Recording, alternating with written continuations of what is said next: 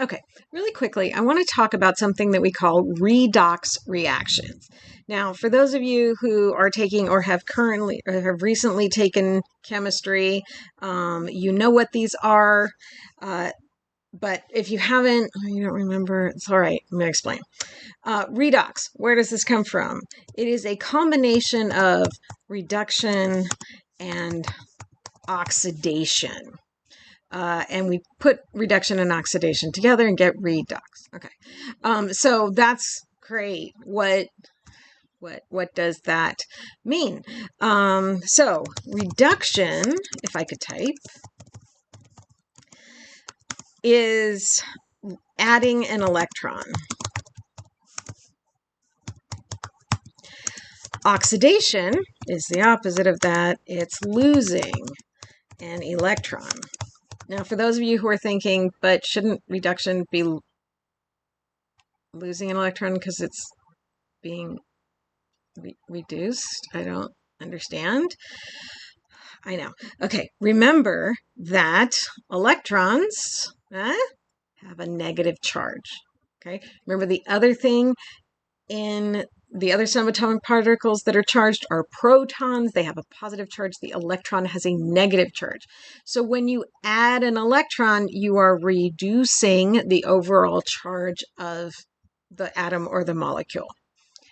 That's how you're going to remember which one is reduction and which one is oxidation. Why is the other one called oxidation? Is that because you add an oxygen? No, it's not because you add an oxygen, although the person who first discovered this was working with oxygen at the time.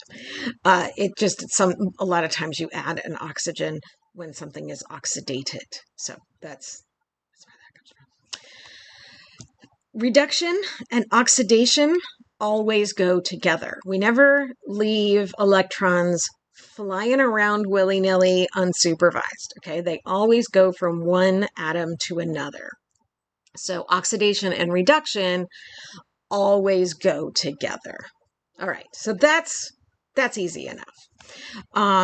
One example that we're going to use as we start talking about cellular respiration and photosynthesis is the coenzyme that I mentioned very quickly in the enzyme chapter, NAD+. That's a D. Yes, it is. When we add a hydrogen to it, it becomes NADH, and it is reduced. And for those of you who are thinking, but you didn't add an electron, you added a hydrogen. Are you saying you only added the electron from the hydrogen? No, this is a thing. When we move hydrogens around, remember that each hydrogen atom, it's got a little nucleus there. That nucleus has a little proton in it, yeah, and outside it's got a little electron, and that's negative charge. Okay, so when you add a hydrogen to something, you're adding an electron. Now, for those of you who are thinking, I thought we were talking about single electrons, like free electrons, just electrons being passed back and forth, like in an ionic bond. Yeah, that's what I thought too, but that's not the case. It's anytime you're moving electrons around, which, if you're now wondering, hang on, aren't all chemical reactions redox reactions? No, and just no. Okay, we've just gotten to where chemistry makes my brain explode. So you have to talk to your chemistry teacher about this. All I know is when we add a hydrogen to something, we call it reduction. Unless what we're doing is adding a hydrogen ion. Because a hydrogen ion doesn't have an electron. So let's say you're adding a hydrogen ion to something and you would increase the positive charge of the thing. It usually gains an electron as well when it does it. So usually it gets to be really confusing very quickly. Okay, so basically going forward as we talk about cellular respiration, you need to know that this reaction is a reduction. Okay, one other thing you need to know, because this is going to get confusing. Always remember, the hydrogen is a proton and an electron. Okay?